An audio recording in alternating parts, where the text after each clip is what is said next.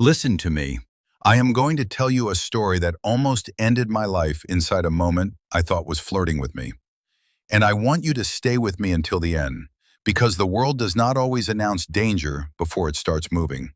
Sometimes it smiles first. My name is Tristan Maxwell. I woke up that morning and the day felt beautiful in a quiet kind of way. Not loud beautiful, not dramatic beautiful, just sunlight moving slowly through the window like it had nowhere else to be. I got up and went through the rhythm of my morning.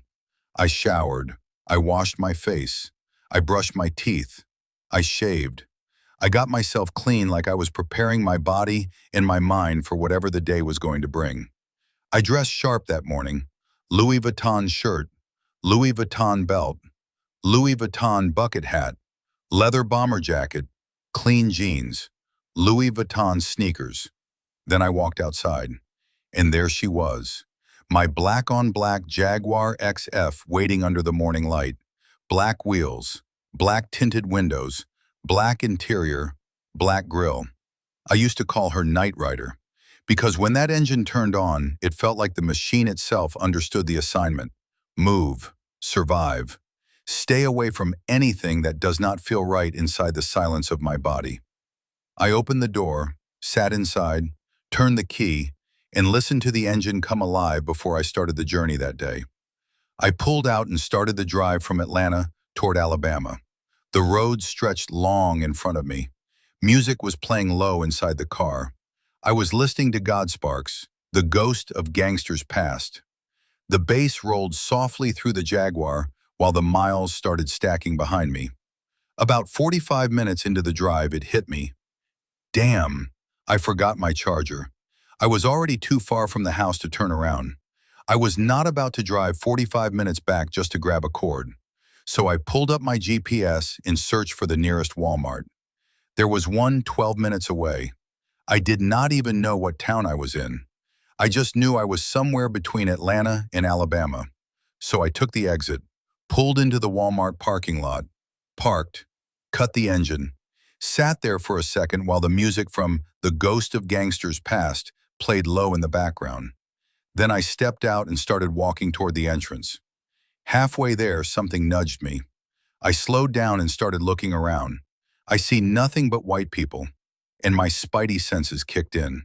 My mind started running through situations that historically have not favored black men in unfamiliar towns, stepping out of cars that look like mine. It was not fear, it was awareness. And awareness said, "You do not have to be here." So I stopped walking, turned around, walked back to the Jaguar. I had enough gas. I had enough juice left on my phone to make it somewhere else. I did not need that charger bad enough to ignore that feeling. So I got back in the car, started the engine, and pulled out of that lot like I was never there. Back on the highway, the ride settled into rhythm again. The windows were cracked, the air moving through the car.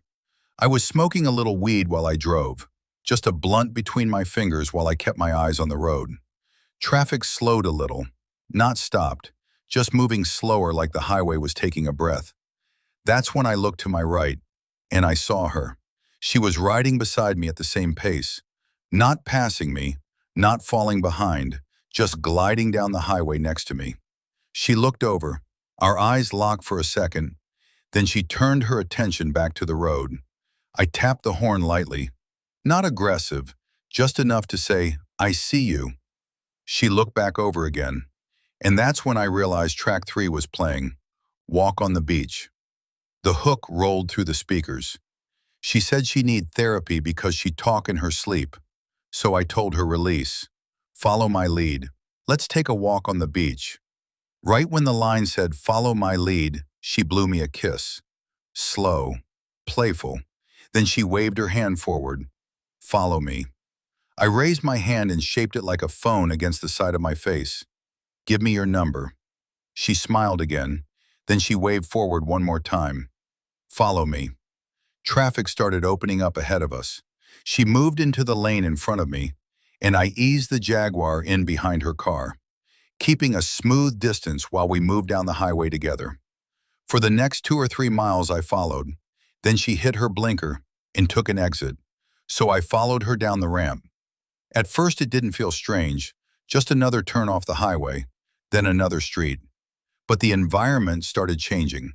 No businesses, no gas stations, no storefronts, just houses. Small houses, close together. The kind of neighborhood that tells you money doesn't visit often. I wasn't on a main road anymore. I was in somebody's neighborhood. My GPS was still running, still mapped toward Alabama. She slowed down, put her blinker on, and pulled over on the side of the street. I slowed down too, left space between us, engine running, foot on the brake. She stayed inside the car. That was the first crack in the moment. Then I checked my rearview mirror. Two men stepped from the side of a house behind me, masks on, faces covered, and in their hands were things that didn't look like phones. The way they held them, low, steady, they looked like guns. That's when everything clicked. The kiss, the smile, the follow me wave. The setup was real. I slammed the gas and drove straight into the back of her car. Metal exploded. The impact shoved her vehicle forward just enough to break the trap.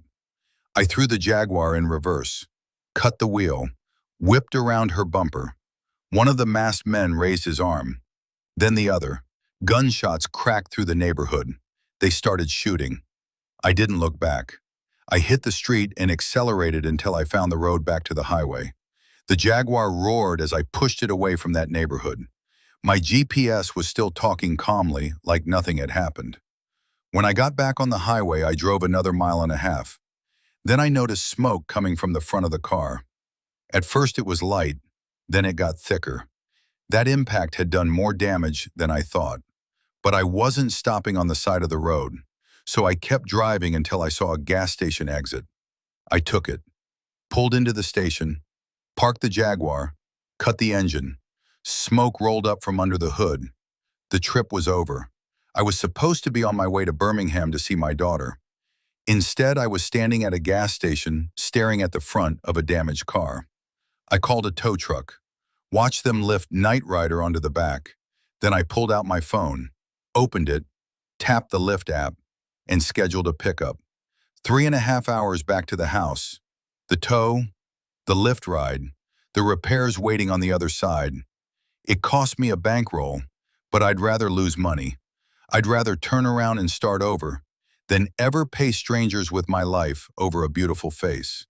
Because money comes back. Cars can be repaired. Trips can be rescheduled. But life doesn't give refunds.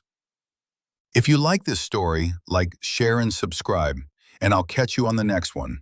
Keep your eyes open. Don't get lined up. Low key, positive vibes only.